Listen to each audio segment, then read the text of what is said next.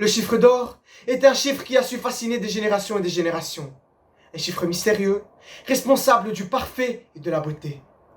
Un chiffre simple, mais complexe dans sa simpleté.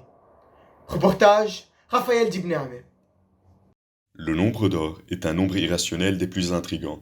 Les origines de ce nombre sont imprécises, mais certaines sources rapportent que Pythagore et ses élèves auraient été les premiers à l'utiliser. Le premier écrit que l'on possède sur le nombre d'or provient d'Euclide, écrit 300 ans avant Jésus-Christ, où il formule le nombre d'or comme étant une proportion géométrique, comme ci suit.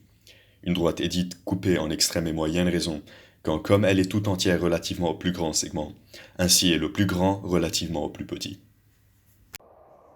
Les élèves du collège Notre-Dame de Jamhour ont fait une découverte révolutionnaire.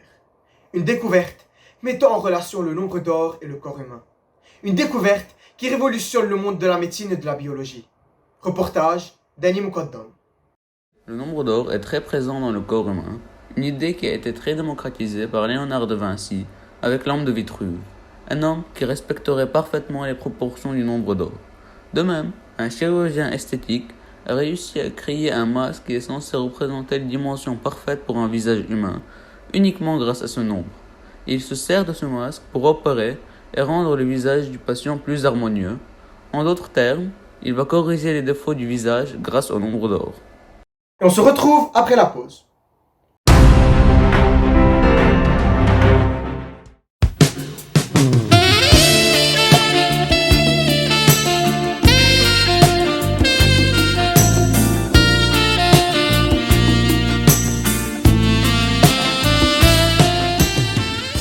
Adidor pour une odeur parfaite.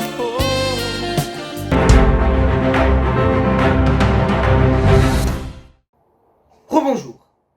L'art, on le trouve partout. Mais connaissez-vous l'art du chiffre d'or? Reportage, Joseph Caucase.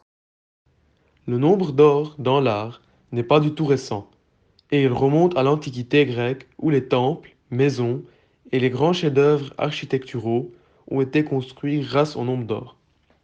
Mais aussi, on peut trouver le nombre d'or dans plusieurs chefs-d'œuvre artistiques, comme l'homme de Vitruve qui montre les parfaites proportions de l'homme, la Joconde ayant des proportions aussi parfaites, mais aussi dans des arts modernes, comme dans cette vidéo qui génère des spirales grâce au nombre d'or.